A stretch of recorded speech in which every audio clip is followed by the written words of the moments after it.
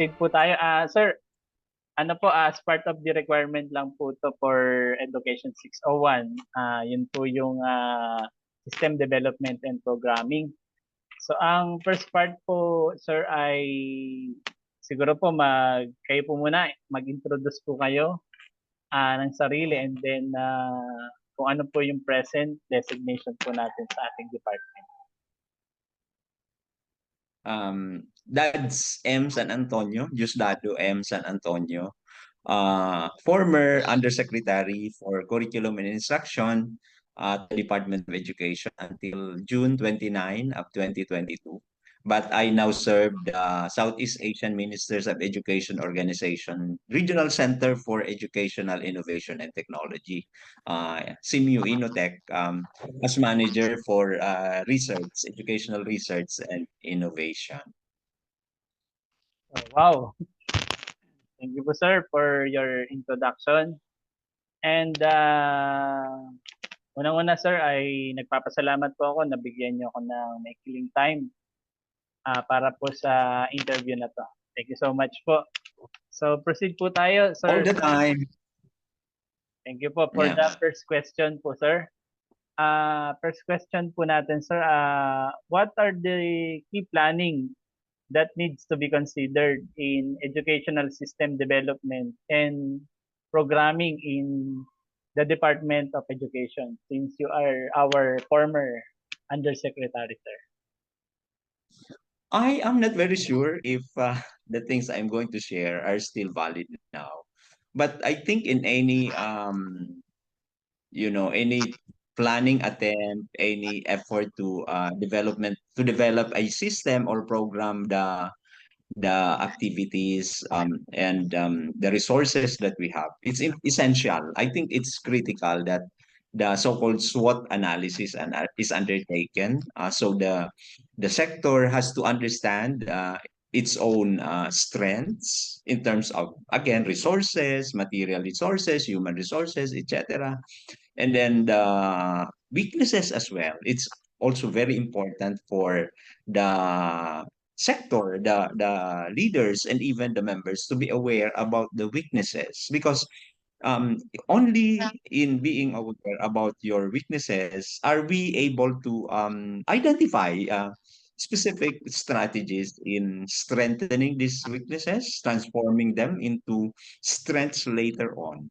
And then it's also important that as you attempt to design anything that will eventually improve the system, you should also be aware about the opportunities.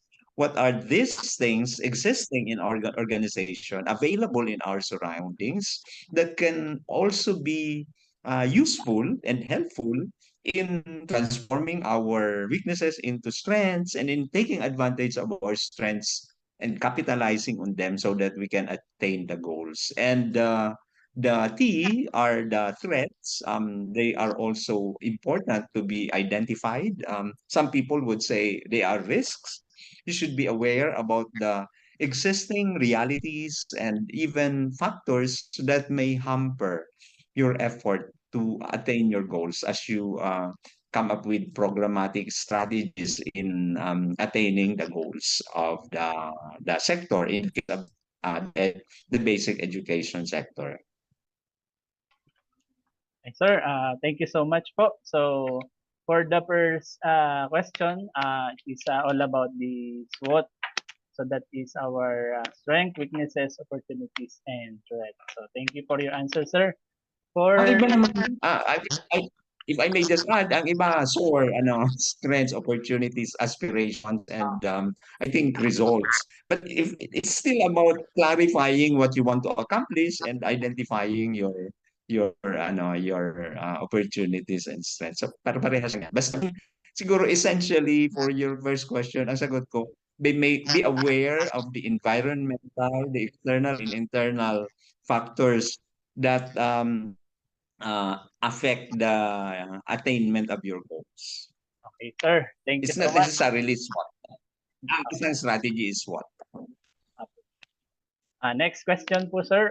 Question number 2. What is the role of probably DepEd administrator in executing the process with regards to the achievement of our program, projects, and activities in the department? I think the administrator has to make sure, normally, ano yan, mga related terms, administrator, leader, manager. So one who can push forward so that the goals could be attained needs to be an administrator, a leader, a manager. A leader inspires, a manager makes sure that everything, the resources available are used efficiently, and we are able to do things effectively. So, kung ako ang tatanungin, in one of the things I wrote, there are two critical, roles that any leader of any system, education or industry or whatever, should perform. One is to be a very good decision maker so that you can make choices that would benefit the organization. Second is the role of a communicator. You should always be able to make sure that the sectors, the stakeholders, are fully informed and fully aware about the strategies, the objectives, the ways they can contribute their own resources and talents as well to the attainment of our goals. So if you ask me, anybody who aspires to be a very good leader, very good administrator, so that you can attain the goals of your programs, projects, and activities, um, you should be a very good decision maker and you should be a very good communicator. Of course, there are other things that you can do, but kung dalawa na lang yan, yan na lang ang gawin niya, bigyan ng maayos na attention. Sir, thank you po for your very nice answer. So let's proceed, sir, for the last and final question. So how do you manage to monitor and control the flow of your plan towards the improvement and success of our department? Actually, in the Department of Education, at all levels, I think even at the school, the division, and the regional levels, we have the so-called monitoring and evaluation activities. We always incorporate in our own plans the schemes for monitoring and evaluating the ongoing activities and eventually the outcomes of the interventions. So it's important that you create realistic monitoring and evaluation plan. And the other thing that I want to add is to, of course, implement the plan and then engage and empower the supervisors, the sub-leaders, halimbawa, in the case of DepEd, at the central office, you have to empower the regional team. And if you're a regional office, you have to empower the division office. And if you're at the division office, you should empower the schools on how they can also monitor, self-monitor, and evaluate their own successes as far as the implementation of the programs and projects is concerned. So it's essentially empowering people to really know how far they're able to contribute in or at how far they're able to accomplish the goals that they have identified. So it's really important that a plan for monitoring and evaluation is undertaken. There's frequent review of uh, the status of the implementation of the existing programs, projects, and activities, and eventually proper adjustments kung may mga nakikitang kailangan baguhin, because a good plan should also be flexible. It cannot just be very rigid na sabihin mo na plano na yan, hindi na pwede baguhin. So, yun lang, Alvin, ang mga contributions ko. I know the ideas I'm sharing do not necessarily capture everything that you wanted to ask, but yung mga top of mind responses ko na which I found important in serving the Department of Education. Okay, sir, thank you so much. So it's very helpful, sir, kasi medyo malaman naman po yung ating napakinggan sa lahat po ng mga nabanggit ninyo. And for the last na lang, sir, wala na question. Any tips na lang po or advice for the maybe future administrator or sa amin na nag-aaral ng doctorate to pursue our dream siguro maybe. So any advice po or insight na pwede niyo mabanggit sa amin? Kasi marami po kaming Ako nakikinig. naman, yeah, I always say this, empower people, allow others to also shine. When you become a principal, look for your replacement immediately and capacitate that person. Do not be very stingy in sharing the opportunities for others to shine. If you do that, when you are ready to move to higher positions and when you wish to retire, you can confidently claim that everybody is ready anyway. So kung isa lang ang gagawin ang priority ng mga leaders other than achieving the goals pagdating sa sustainability ng mga availability of leaders, capacitate. And then be fair.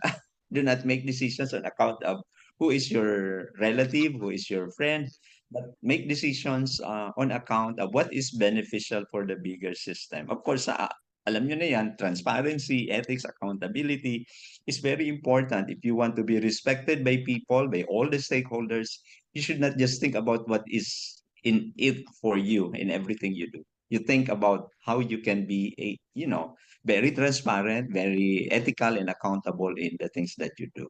Huwag magnasa sa mga hindi para sa atin.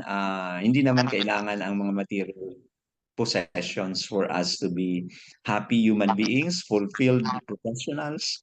As I have experienced, kahit ganito pa rin after retirement, I'm still, I feel very fulfilled and happy na kahit hindi ka naging mayaman dahil sa pagtatrabaho sa gobyerno, ano ka pa naman, punong-puno ng um, satisfaction and happiness na bahagi ka ng iyong mga kakayahan, talino at mga ideya upang makatulong sa pagpapataas ng antas ng kalidad ng edukasyon. And of course, the process of improvement is never ending. Personal improvement, professional improvement, system improvement, it's never ending. Wag mag-isip na kung leader ka na pag alis mo, paradise na yung DepEd o paradise na yung school. That will never happen. What's important is during your time, you gave your best self in, showcasing or in perhaps inspiring people that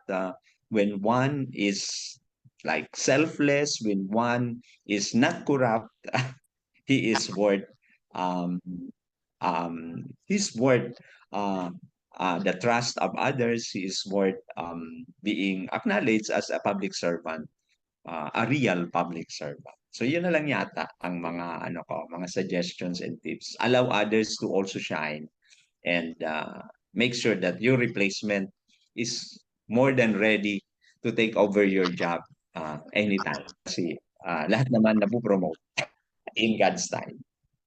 Yan, thank you very much po, former Yusek, Diosdado and San Antonio. Marami po kaming natutunan, marami pong napulot sa lahat po ng mga nabahagi niyo. So once again, sir, thank you so much po for your time. Pasensya na sa abala sa ngayon. No problem. Hindi yan kaabalahan.